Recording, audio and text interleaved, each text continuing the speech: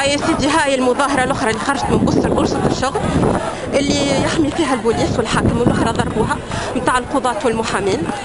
بيان سور هذيا يحميوها، ما يضربوا حد، ما يكلموا. أما الآخرين ضربوهم بالغاز، قضاة ومحامين في الصدارة نتاع المظاهرة، وهذوما لا الله أعلم علاش. تفرجوا حتى حد ما يكلمهم. الآخرين من با خلطوا الشارع بورقيبة باش يخلطوا على المظاهرة هذيا، ضربوهم. علاش الله اعلم. تفرجوا هذه النخبه تاع تونس اللي تبارك الله يحمي فيها البوليس. ها هو التجديد، الاتحاد اللي تابعين الجراد بيان سور. ها هاك تفرجوا، هذايا ما يكلمهم حتى حد. قال شنو قانونيه والمسيره الاخرى زاده قانونيه باش تخلط على المظاهره هذه. اما لا، خاطر فيها قضاة ومحامين يضربوهم بالغاز. تفرجوا هذوما بالنسبة لهم يلزم يحميوهم. هذوما يلزم يحميوهم. تفرج شكونهم هذوما؟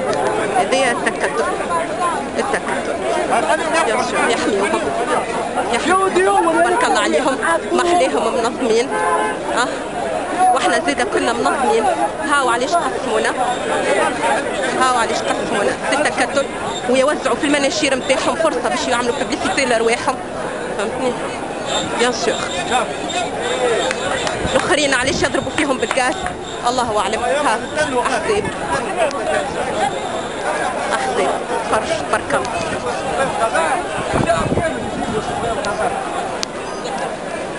معلينا طرف التصاور بتاع فرحة حشيش. الاخرين زيدا من الاتحاد جاو. شوف المعلنة مظاهرة يلزم يحميها البوليس، الاخرين قضاة ومحامين. تفرج البوليس يحمي، هما ما يحميهم. احنا من غاديك علاش جايين للمسيرة هذه. هاو تبارك الله البوليس يحمي. اعلام الكل حاضرة باش من بعد كي تخرج المظاهرة يقولوا المظاهرة هذه اللي خرجت، ما يصوروش لا قاضي لا محامي.